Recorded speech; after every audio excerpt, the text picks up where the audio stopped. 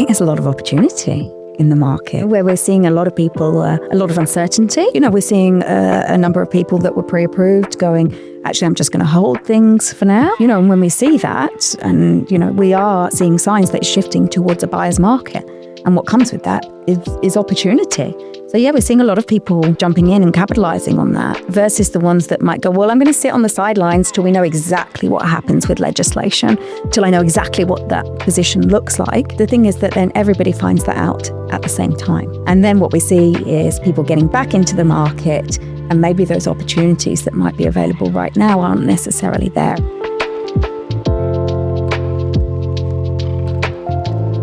Welcome to the Vision Boards. I'm your host, Saglam. So this is how we sit down with entrepreneurs, investors, business owners, industry leaders to uncover some of the lessons and experiences and insights to help to make a better businesses and better life. Today, our guest is Melanie. Welcome, Melanie. Thank you, Eddie. Thank you for having me. Melanie, what is your background? Can you talk about yourself a little bit? Yeah, absolutely. So Eddie, I have a mortgage broking firm called Indigo Finance. I'm the founder of that firm. I've had the firm for 15 years. So in that time, I've seen all sorts in the world of borrowing.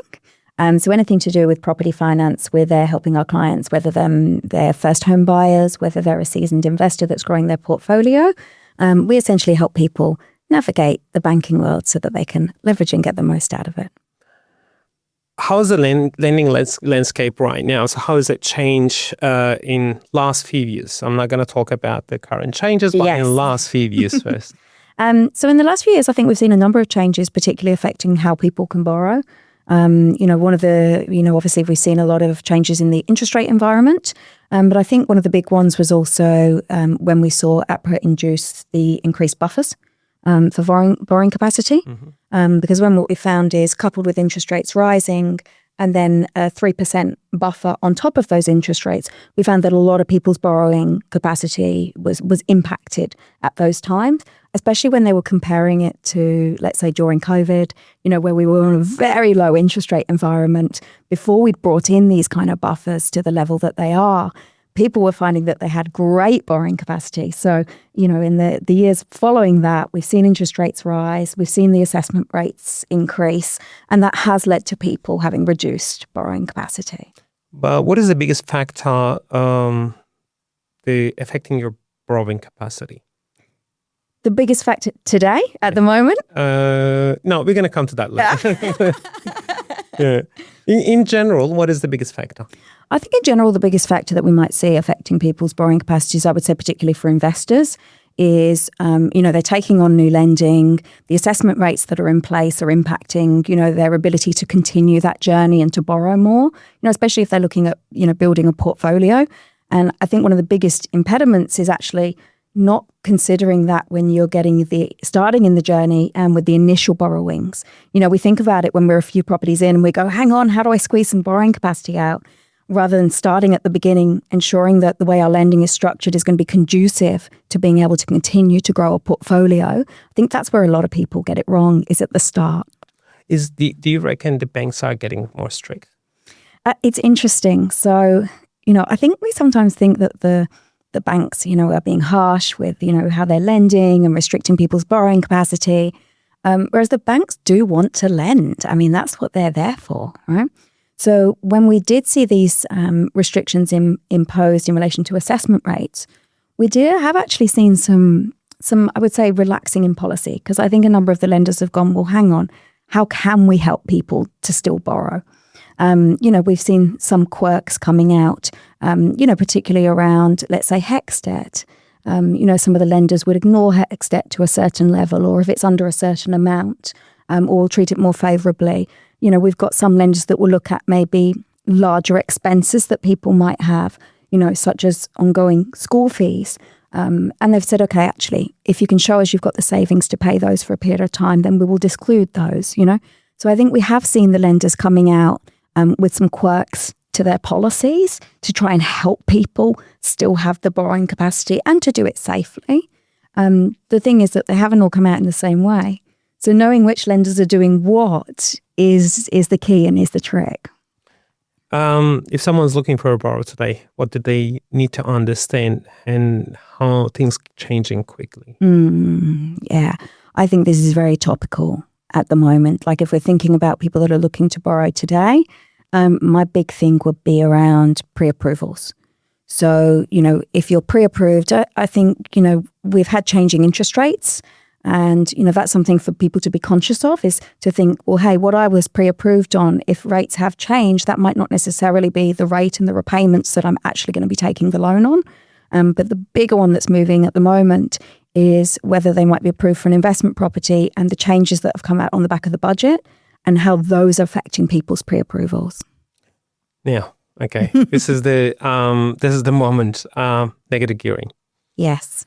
So there is a lot of people out there they a bit confused about the negative gearing and with tax deductibility. Yes. Can you please explain the difference? Yeah. So we've been fielding a lot of questions from our clients, around this. And the big difference is, we talk a lot in Australia about negative gearing. And so when post-budget, we had a lot of people thinking that means that there was no tax deductibility whatsoever. And, that they were going to be heavily impacted, which a number of people may be depending on their strategy going forward. But I think the key distinction to understand here is tax deductibility is where we're taking let's say the interest expenses on a loan, is where we're taking all the expenses of the property, and we're then offsetting that against the rental income that we are receiving. Now that is tax deductibility. That is something that is not talked about to be changing. It's the fact that then if we run that at a loss and then being able to offset that against other income not related to that property, that is the piece that is being proposed to change. So that's negative gearing. There's still tax deductibility. We can still offset the costs. We can still offset interest against rental income. It's just that if it's going to run at any further of a loss, we cannot offset it now against other income. Because of this misunderstanding at the beginning, a lot of people were actually talking. We've seen that a lot of reels going on social media and everywhere. It's like they're talking about the 30% change on your people. Like if you're trying to borrow $1 million before, it's going to be 30% less. So it's not. Can we say that? No. Okay. Things are starting to settle. Okay. So what we saw on the back of the budget night was there was a bit of a mad scramble. Essentially, I think the banks didn't really know, how to react to it and whether they needed to react quick or what they were going to do. And people didn't know how to react to it. No, nobody was expecting that. Nobody was expecting it. So what we saw then was a lot of talk about, it's going to drop your borrowing capacity by X amount. And that's because some of the banks and what people were doing was they were looking at things as if there was no tax deductibility whatsoever. Whereas, as we know now, well, there is going to be the tax deductibility. It's just not the negative gearing piece that we can do. So that's where we started, seeing a lot of that come out. And, some of the lenders pulled the trigger all quite early, and also to protect themselves went, for now, we're just not going to do tax deductibility at all. Your safest bet is just tick that you cannot tax deduct this loan, which was not going to be the true ongoing effect of it. So there was a lot of talk about, borrowing capacity reduced by about 30%. And I'll preface, this does vary per client, on your overall financial position. We're probably seeing maybe an average of 10 to 15% is where it's starting to land in a reduction of borrowing capacity. This is if you're looking at an investment property. Yep. Do you reckon are the investors actually overreacting to the headlines right now, or it's actually just a natural response? I think it was such a shock, and that in Australia we've relied on negative gearing so much that I think people were very taken aback by it. And a lot of people went, I'm just going to put things on hold. I want to see where the lay of the land is. The interesting thing is when we actually look at our own personal position and our strategy, often we might find these things are not necessarily going to impact us as much as we might think. So that's another question comes after that because of, again, another misunderstanding as well in out there. This was a budget, all right? So this... Yes. But it's not passed yet. No. Yeah. So And a lot of people reacting like, all that change has already happened. They don't have negative gearing. Even if it passes, it's not going to affect the existing houses they already have right now. So it's for the future. Yeah. And so can you clarify that as well with so what's happening? And also, if it passes, how much is going to affect the investment property market? Yeah. So at the moment, we're in a bit of limbo because we don't know what's going to pass. What's interesting is, I must say, we're seeing a lot of people are seeing this as opportunity.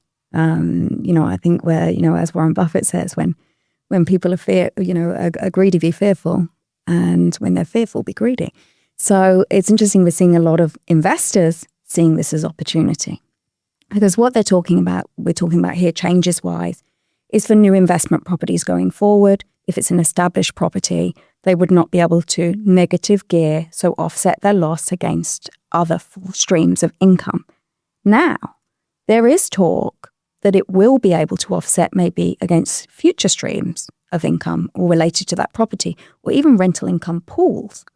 So we don't know the exact logistics of it at the moment. But the way a lot of people, I think, are viewing it and seeing it in the media and how it's being represented is kind of one of the worst case scenarios. We'll need to just keep an eye on what's actually going to be legislated. Do you reckon they're preparing us for the worst case scenario, and then when they come up with some less scary scenario, we're going to accept it willingly? I don't know about that. Okay. I don't know about accepting willingly. However, I do think when we've got that clarity, it will allow people to look at their own personal strategy and go, okay, now let me see how this is affected. Because we can talk about, all these things and all these changes and everything that's going on, but hang on, how is it actually affecting us is the really important thing. And that will then allow us to be able to make decisions on the back of that going forward. The other thing is these changes are only about future acquisitions of properties. Yes. Okay. There is still going to be, negative gearing involved for new builds. So, we might see a lot of interest in that space. And, the other thing I think here is that any existing lending has been grandfathered. Any existing properties that are negatively geared currently have been grandfathered. So that means that now there's a lot of people out there that are sitting on really golden tax deductions, these unicorn negatively geared properties that other people in the future might not have the advantage of. So it's created, I guess, quite an interesting environment where, we always talk about this as it being, impacting the property moguls, that have got the large portfolio. Whereas when they looked at the stats, actually the people that are going to be most impacted by this are probably more the mum and dad investors. I think when they looked at negative gearing, I think the stat was about 70% of people that negative gear, their declared income is under 80,000. So it's interesting how it's affecting a cohort of people that is not the ones, that I think necessarily people are thinking it was aimed at. And also first home buyers, because the stats show us that for a lot of first property buyers, their first property they buy is an investment property. And they're relying on those things like negative gearing to help them to get into the market. So I think what was really interesting on the back of this was the first home buyers who a lot of these initiatives were supposed to be here to help were kind of going, sorry, I must have missed the bit where it helped me. We are actually, personally, I'm seeing that as well. Like a lot of young people, they want to get into market. They're not particularly living that house, but they just want to get in the market early age. And as much as they talk about this is for the future, this is for the next generations, actually they are getting affected more than anyone else.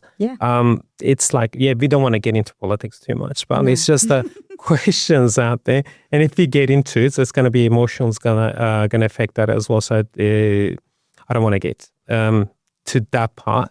For the people who already own the property, what should they do right now to protect that? Yeah, I think this is an interesting one because those, people who are sitting on properties at the moment, they have this golden tax deduction that they might not be able to get in the future through acquiring properties. So a couple of things that we're talking to our clients about at the moment is preserving that tax deductible debt. So for instance, if you have debt on principal and interest that can be tax deductible, is looking at, okay, maybe we need to change that to interest only, so that we're preserving what are going to be your tax deductions going forward. Because if we're paying down debt now, prior to the budget, we'd say, well, that's okay, because I'm going to use the equity then to go buy another property. That'll be fully tax deductible. Fantastic. Whereas we're not necessarily going to be able to do that anymore. So preserving any tax deductible debt we've got is going to be key going forward to preserve those tax deductions. Things like, for instance, maybe extending out loan terms. So we might have an investment loan that's maybe got 20 years left on it. We've started paying in principal and interest because the interest only expired. We didn't renew it. Is looking at going, well, hang on, how do we extend those loan terms back out over 30 years? How do we get things onto interest only, so that we're preserving these tax deductions? The other key thing I would say is using the offset account, not redraw.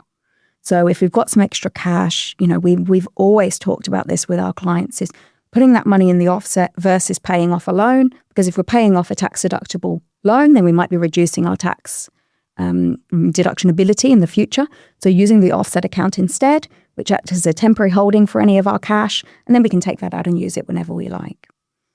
The other piece I would say that's huge on the back of this is that somebody's home has now become like their sleeping asset. Because the home under this ruling, if we convert that to an investment property in the future, that can potentially be eligible for tax deductibility. Oh, they own? Okay. The own principal. home. Oh, okay. So we're already getting inquiries from a number of clients who are looking at getting geared up to buy an investment property. We're going, actually, maybe I'm going to rethink that strategy. And what can I do about converting my existing home to an investment property so I can leverage those benefits and then go buy an occupied home? That's a really good point. So we're seeing that that's very interesting. And here I would be saying, even if you're not planning on doing that today, it is something that we see a lot of people do in their property journey. As they upgrade, they need a bigger house. They often look to convert their existing property to an investment property. So I'd say, a key here, if you wanted to go to one extreme, textbook extreme would be have that loan on interest only, right? So that we're not paying that debt down. Now, some people might not feel comfortable with that. But I would say at least let's make sure we've got the longest loan term on it. Let's make sure that we're not making too many additional repayments into the loan, because then we're reducing what could be a tax deductible debt going forward. Let's make sure we're using that offset account. So there's some key things that I think we can be doing that are very easy to implement that can help us strategically from the longer term, because I think we're going to see a lot more of that is people hanging on to properties and then moving out and being able to claim those as an investment property going forward.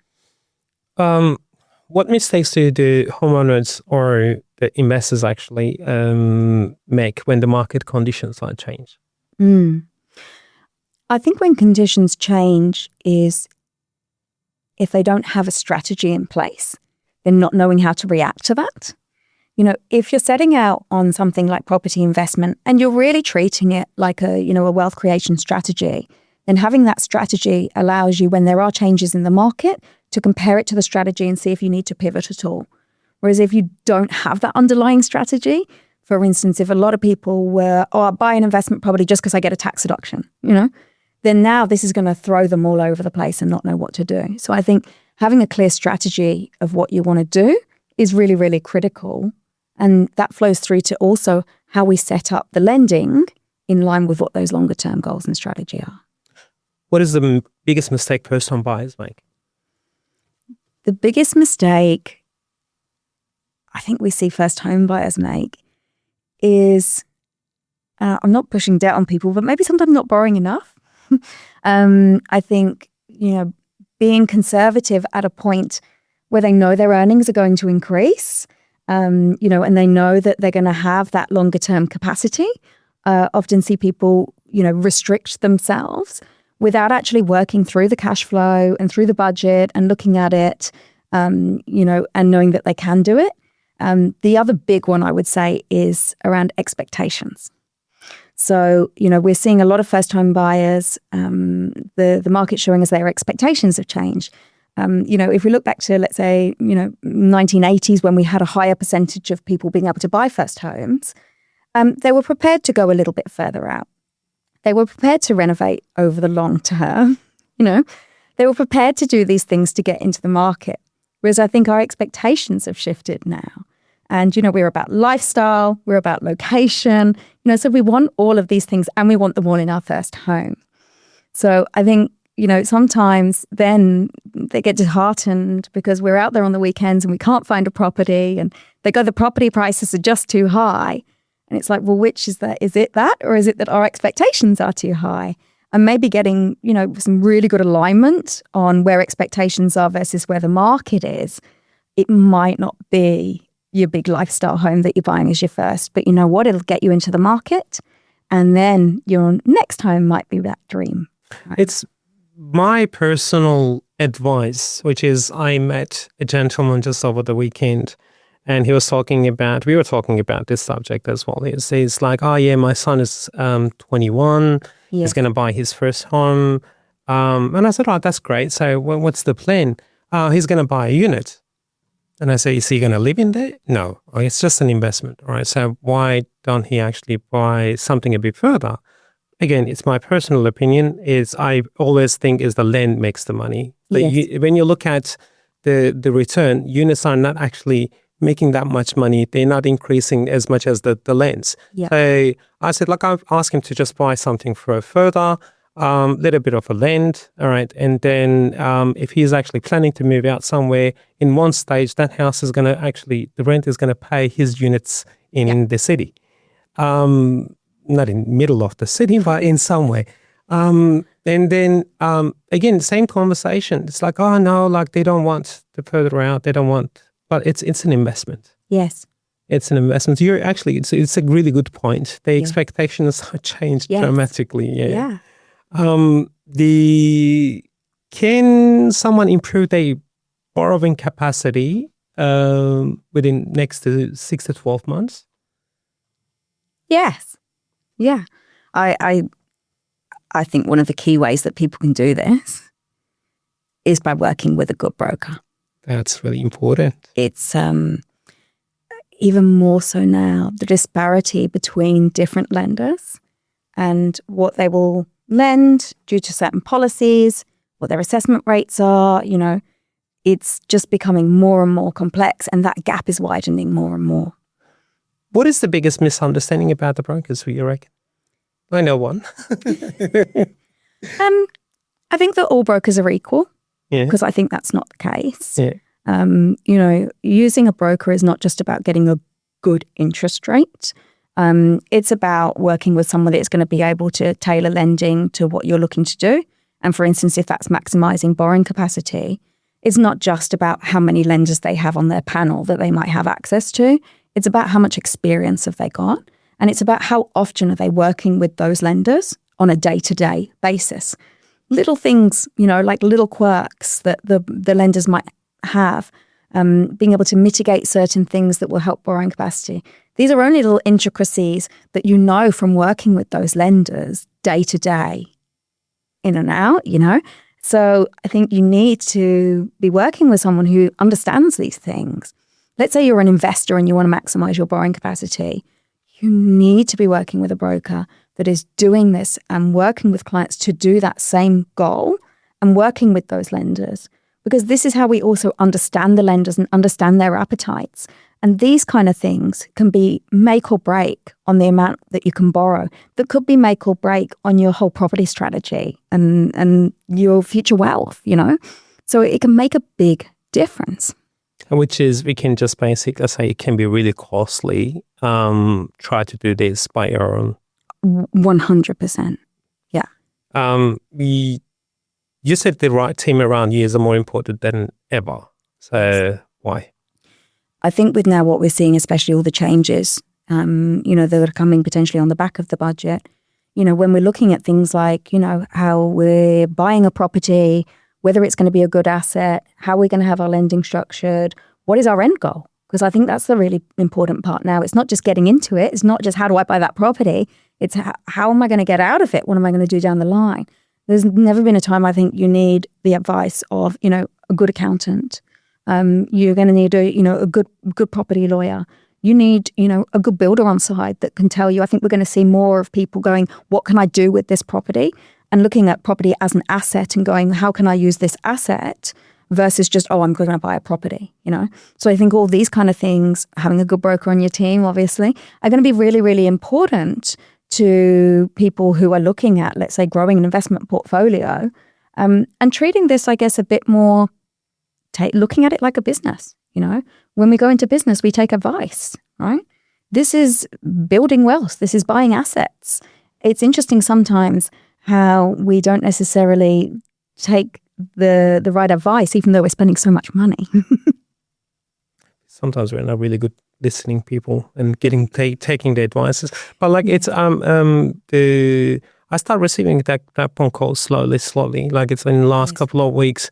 People are planning to invest a property, but they wanted to increase the rental income by making some changes, like getting a bedrooms or there's some layout changes. Obviously, bedrooms and bathrooms are the biggest ones. Yeah. But do you, not professionally in your level, I don't know, but have you heard anything like that? But do you think these changes have already affected the rental rates?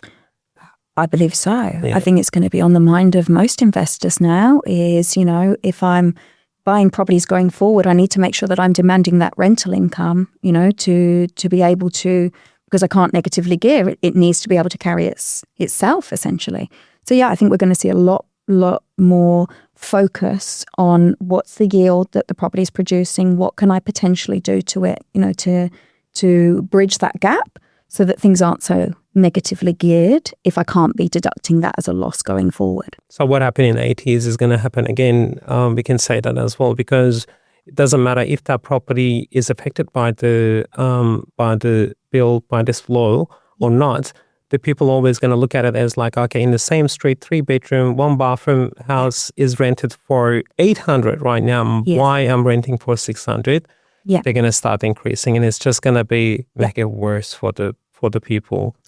Yes, yeah. And it's the disappointing thing about that is if rents go up, it's not actually helping the first home buyer being able to save the deposit. Exactly. And the deposit is often the factor that is impacting them. So yeah, I think it's very unfortunate in that way. And there's also talk that, rents can only go so high. We can only afford to pay so much in rent. And we're starting to see those rental numbers getting very high when we're not seeing, wages increasing at that same speed. Going back to the previous topic, so you were talking about it. It's like, just make a list of your team, your perfect dream team when you're in the investment area. So who should be on that team? Right. I guess it depends a little bit on what kind of projects you're doing. But the definite people that you want to have surrounding you are going to be a good lending expert that's going to be able to structure your lending, is a good, conveyancer or property lawyer who's going to be able to vet things, because especially if you're looking at maybe future development on properties and things like that, this is no longer just someone reading a contract. This is about evaluating, are there going to be any restrictions to what I might want to do in the future with that property? Or are there any opportunities, coming up on that property? I would say somebody who's going to be an expert in, let's say, the building space, renovating, knowing what can you do to a property, what restrictions, are there going to be around a property. The other would be then the accountant is going to be more so prevalent, now in deciding what entity do I buy a property in? Is it going to be in my personal name? If there aren't such capital gains discounts maybe going forward, is there another way that I should be buying this property? So I think we're going to be seeing that. And financial planning ties in, I think with that as well. So there's a number of people that I think are going to be very prevalent and relevant to have on your team. Is there any way you can actually help people to increase their borrowing capacity? Yeah, absolutely. And I think everybody's case is different. And this is sometimes the worrying thing with the barbecue. Is when we're taking our advice from our uncle, he says, oh, you've got to do this, you've got to do that. Is actually speak to somebody that can give you the right advice for your position. I'd say one area that I think people get caught out a lot is actually business owners. And where we're mingling maybe our business and our personal. For one, this is going to make our personal expenses look very high when they're not necessarily. But things like, for instance, we see maybe a number of business owners have credit cards, and that credit card might be in their personal name. Then when we come to do the borrowing capacity, the lender will take into account that credit card limit when they're assessing borrowing capacity. Not the balance, but the limit. But a number of business owners might say, well, hang on, that's not me. These are all business expenses. This is nothing to do with me. But the credit card is in their personal name. So with most lenders, that is going to be treated as a personal credit limit. And while with some personal credit limits, they might be happy to say, I'll reduce that down to increase my borrowing capacity. Often when we've got credit limits in place for the business, they're there for a reason. They're not necessarily something that we can just come in tomorrow and reduce to improve our borrowing capacity. So I think with things like this is, how we can look at things for the longer term, is if you're in business, have your credit cards in the business, most lenders won't then count it, and, I know for the points junkies, you may not quite get as many points, but if this allows you to maximize your borrowing capacity and allows you to buy a better quality asset and, flow on, then the benefits can be a lot higher than a few points. Or like a car loans. Car loans are absolutely, another one. A good way around with the credit cards, though, sometimes is around, we've seen an increase in clients using charge cards rather than credit card. Okay. Because they don't necessarily have a limit the same, So using a charge card, yes, it has to be cleared every month, but at least it's not going to impact our borrowing capacity so much, and you still get the points. That's a good tip. What's something people believe in about your industry but is completely wrong? I'd say something that people believe about our industry that's completely wrong is that the banks are there to offer them advice. We seem to have, I think, this view that when the bank gods have spoken, that they are the guru. If they say this is our borrowing capacity, then this is how much we can borrow and afford. Whereas that's certainly not the case. I think there's a lot of education around the role, also in us understanding the role that a bank plays. Like the bank is there to lend money and they are there to deliver, let's say, for their shareholders, right? They are not there to offer us advice on how we structure things. They're not there to really talk to us about what's going to fit in our lifestyle and budget, when it comes to what we're comfortable with repayments. So I think, a lot of the time people take that advice from the bank, but they're not actually accredited or legally able to give advice. In fact, the banks are not actually governed by having to act in the best interest of their clients. So as a broker, for instance, we have to rely on the best interest duty. So that means when we're making any recommendations to our clients about how much they're borrowing, which lender and products and things like that, we always are obligated by legislation to act in their best interests. But banks are not. Banks are not. Which is super interesting. What is the one thing banks don't tell everyone? I think the one thing that banks don't tell everyone is probably that they might be up for a loyalty tax. Oh, okay.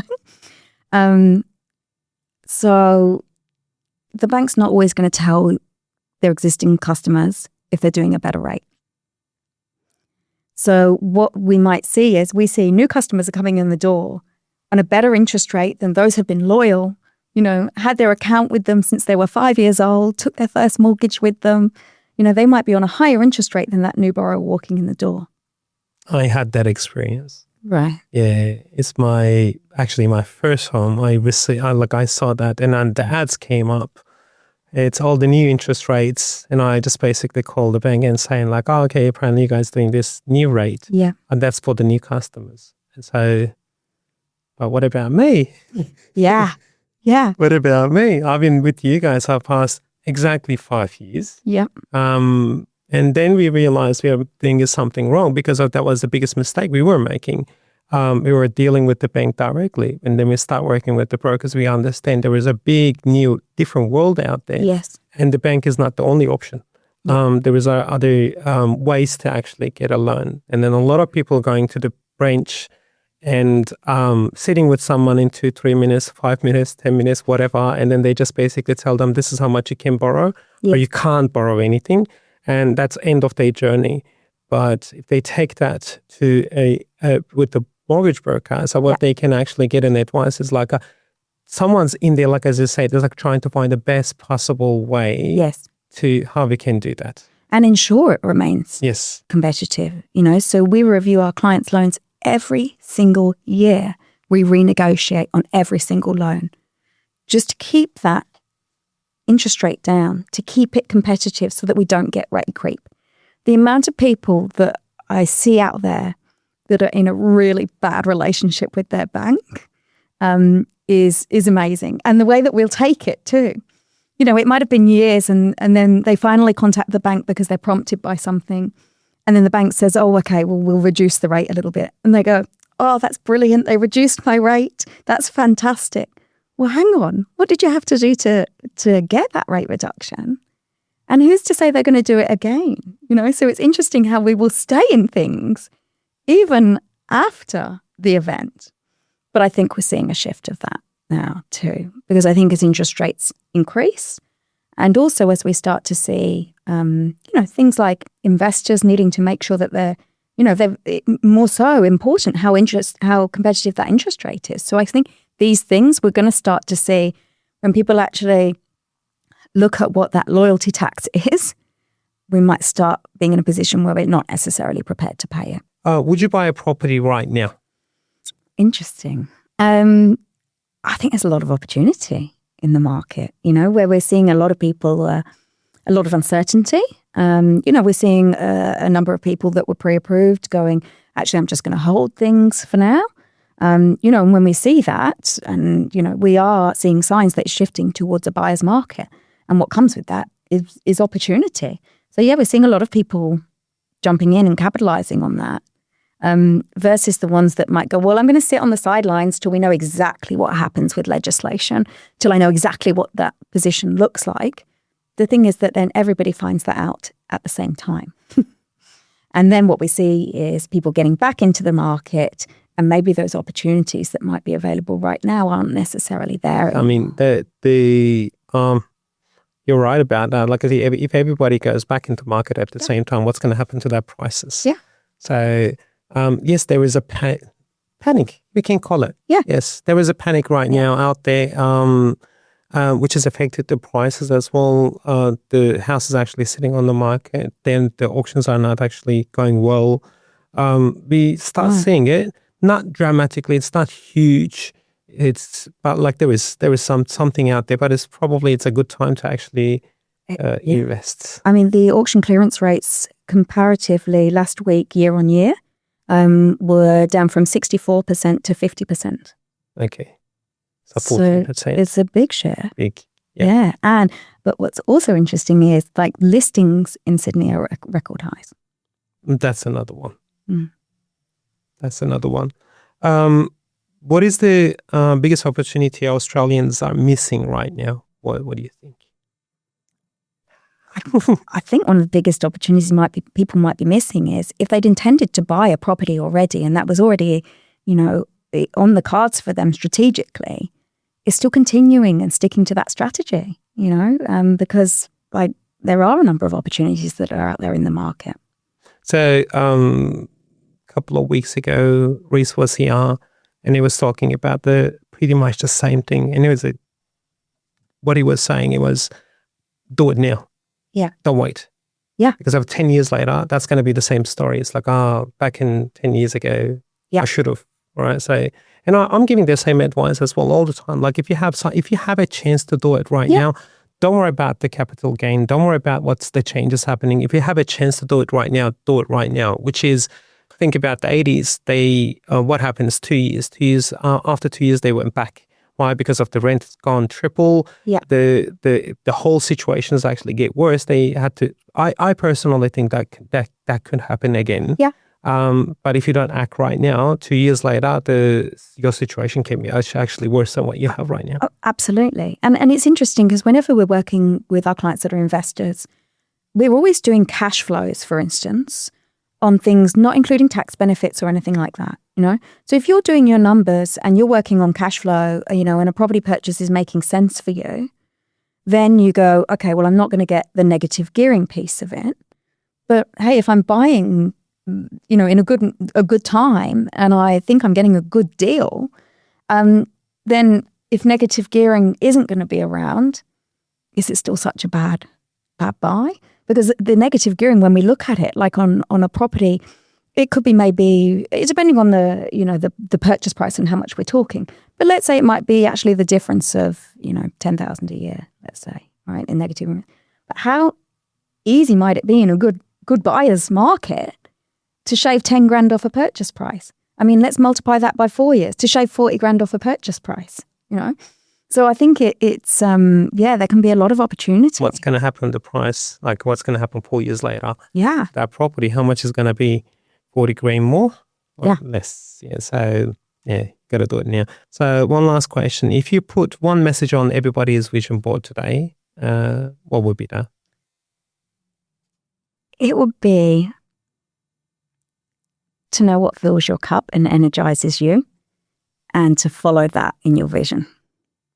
I love it. Thank you, Melanie, for joining us today. It was like it cleared a lot of things for us, for me at least. And then hopefully our listeners actually, they learned a lot of things about today's conversation. So if you like what we discussed in here, and if you wanted to watch the next episodes, please subscribe and share with your families and friends. That's what we are trying to do. Trying to get some everyday questions and then try to find answers for that everyday questions. And if anyone wants to contact with you, what is the best way to do it? Yeah, reach out to me on LinkedIn or check out our website at Indigo Finance. Someone in the team will get me.